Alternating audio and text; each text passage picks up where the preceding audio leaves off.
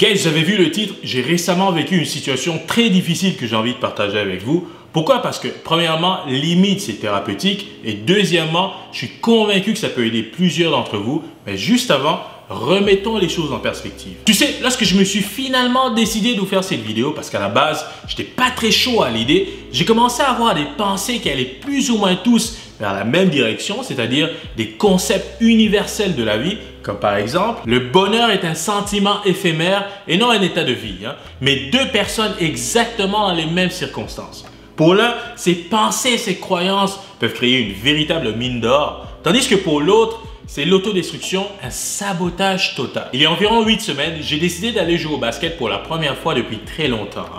J'adore ce sport. Écoute, pour te donner une idée, il fut un temps où je disais carrément aux demoiselles dans ma vie que ma première femme, c'est le basket, ensuite c'est toi. What? Bref les gars, je ne pensais qu'à ça, tellement que la veille, j'ai à peine dormi, tellement le boy était, il voulait juste aller, you know. Et ce que vous devez savoir aussi, c'est que cette semaine-là, j'avais une collaboration avec une marque automobile. Si vous allez sur mon compte Instagram, vous allez trouver c'est laquelle, etc. Mais disons que mes plans sont tombés à l'eau. J'avais prévu vous faire des photos plus une vidéo de malade, mais bon, la bonne nouvelle, c'est que les photos, j'ai réussi à les faire parce que c'était la veille, mais clairement, la vidéo, je n'ai pas pu. Et jusqu'à aujourd'hui, ça me frustre encore. Je vais être honnête, ça me dérange encore. Alors là, le jour J, j'arrive sur le terrain de basket, je suis excité, je sautille partout, etc., etc. Et après plusieurs mois sans avoir touché à une balle, je ne suis pas échauffé, je commence à jouer à froid. Première erreur. Écoute, entre parenthèses ici, avant de faire n'importe quel sport, échauffe-toi avant. Super important, c'est ton frère qui te parle. Là, le vrai match commence, on joue un 3 contre 3, les choses se passent relativement bien, sauf que je suis un peu essoufflé, mais bon, je n'étais pas vraiment étonné puisque après plusieurs mois sans avoir touché à une balle, je ne m'attendais pas à plus. Et là, à un moment donné, je suis sur la ligne de 3 points, je décide de foncer au panier et les gars, j'ai senti comme une espèce de coup de poing où quelqu'un m'a lancé un gros caillou au niveau du bas de mon pied et tout de suite, je m'étends par terre. La première chose qui sort de ma bouche lorsque j'arrive au sol, c'est qu'il m'a lancé un truc. C'était comme une espèce de réflexe. Les gars, quand je vous dis que ça faisait mal, c'était horrible. C'était atroce. Je le souhaite à personne. Après environ 5 minutes étendu au sol, lorsque je décide finalement de me relever, je me rends très vite compte que impossible de mettre mon poids sur mon pied droit, la douleur était juste trop intense. Pour avoir déjà entendu des joueurs de basket tels que Kobe ou Kevin Durant parler d'une rupture du tendon d'Achille, malheureusement dès le début je savais que c'était ça, mais étant donné que je ne suis pas médecin, je ne voulais pas non plus m'auto-diagnostiquer. Donc cette même journée en après-midi, je suis allé voir une ostéopathe. Franchement, quelle belle et bonne personne, très gentille, hyper soucieuse, m'a même rappelé à plusieurs reprises pour avoir des nouvelles, une personne en or. Par contre, elle m'a également très vite fait comprendre que mon problème était bien au-delà de ses capacités et qu'il faudrait que j'aille voir un médecin le plus rapidement possible. Le lendemain, j'ai vu un médecin qui m'a confirmé ce que l'ostéo et moi-même craignaient.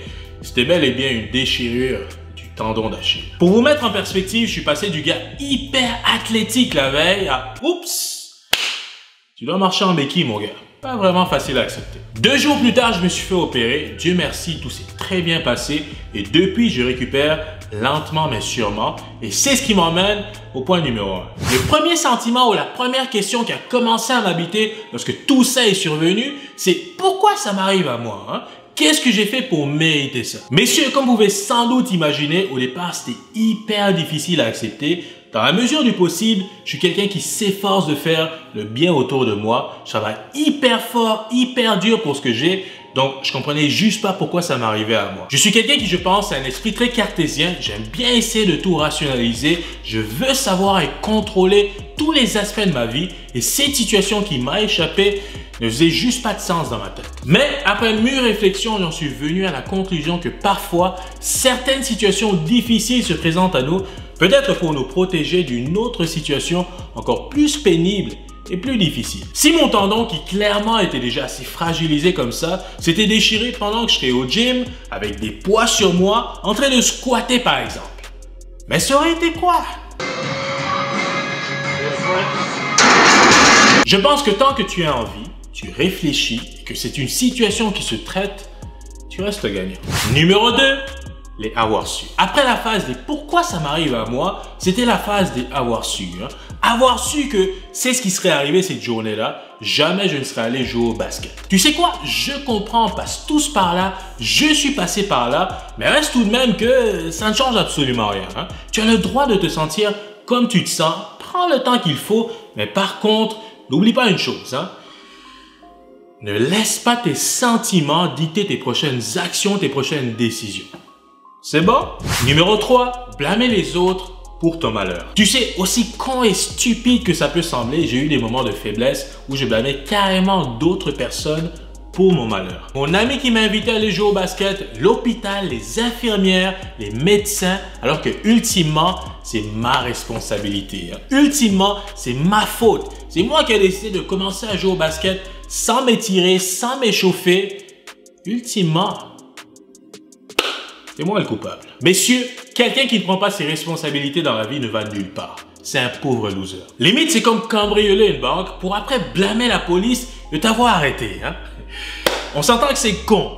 Il faut savoir prendre de ses responsabilités pour ensuite apprendre de ses erreurs pour après passer à autre chose. Numéro 4, tu ne veux plus rien faire à part te changer les idées. Messieurs, il y a eu un moment où je ne voulais plus rien faire à part regarder des vidéos YouTube et m'apitoyer sur mon sort.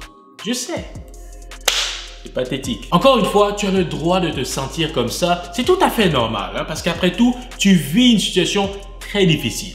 Mais par contre, tu ne dois pas rester dans cet état d'esprit de façon permanente parce que il est là justement le piège. Gars, se divertir, se détendre l'esprit, c'est bien, je suis pour ça d'ailleurs. Mes vidéos, c'est un peu ça aussi. Par contre, il faut savoir tracer une ligne parce que si tu ne le fais pas, tu ne pourras jamais rien accomplir. Pourquoi? Parce que l'adversité se trouve dans tout. Si ta façon de faire face à l'adversité, c'est seulement en te divertissant, je t'annonce que tu es dans rien de bon. Fais un effort, mon gars, je crois en toi, tu es capable. Et pour conclure, numéro 5, ultimement, tu te rends compte que la vie continue et que tu as le choix. Tu as le choix entre te morfondre et t'apitoyer sur ton sort ou encore te remettre au travail et passer en mode solution. Dis-moi, tu choisis quoi? Un exemple concret pour moi, mes vidéos Fashion Grooming Lifestyle, je les ai toujours shootées debout. Pourquoi? Parce que je suis gestuel, je veux bouger, je veux me déplacer, je veux me sentir à l'aise. Mais là, clairement, c'était plus possible. Donc, il fallait que je me réinvente. Et c'est ce que je fais. Résultat, dorénavant, ici sur YouTube, mes vidéos Fashion Grooming Lifestyle se feront assis. Que veux-tu? C'est pas nécessairement ce que je préfère, mais c'est ce que je dois faire. Au risque de me répéter dans la vie, il faut savoir se réinventer, mon gars. C'est bon? Alors messieurs, voilà, c'est ce qui complète cette vidéo. J'espère que vous avez apprécié. Je sais, c'est pas nécessairement le genre de vidéo que j'ai l'habitude de vous présenter, mais bon, je me suis dit, c'est quand même une situation exceptionnelle et j'ai eu envie de partager avec vous. Comme je vous ai dit en début de vidéo, c'est limite thérapeutique pour moi. Et bon, j'espère que vous avez apprécié. Dites-moi ce que vous avez retenu de mon expérience. Est-ce que vous aussi, vous avez déjà subi ou vécu des trucs similaires ou des expériences qui ont complètement... écoute, ça a bouleversé plus ou moins votre vie. Dites-les moi en commentaire, j'ai très hâte de vous lire. Comme à l'habitude, n'oubliez pas de mettre un petit j'aime à la vidéo, ça aide énormément. Gentleman First, à se faire découvrir. Je m'appelle Chris Capella. Merci énormément d'avoir regardé cette vidéo jusqu'à la fin. On se voit bientôt. Peace!